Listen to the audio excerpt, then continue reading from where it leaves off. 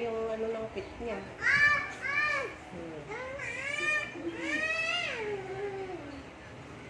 Hindi ba siya nahihirapan pag ganyan yung posisyon niya?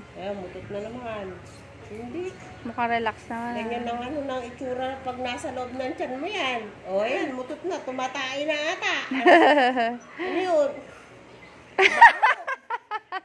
Umayin mo nga, Nathan. Dali, dali mo. Umayin mo. Dito, dito ah.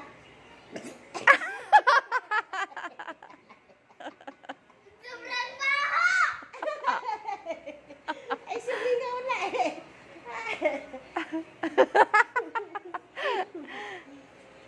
Nasa mid ka pa ya. Nilugon ka ba? Na ano siya, nagiginhawaan, no? Pag nakakautot. Inamoy mo naman. Kasalanan ka. Saka mo ako, ano. Inamoy mo, tuto ka eh. Diba? Tuto siya, diba, no?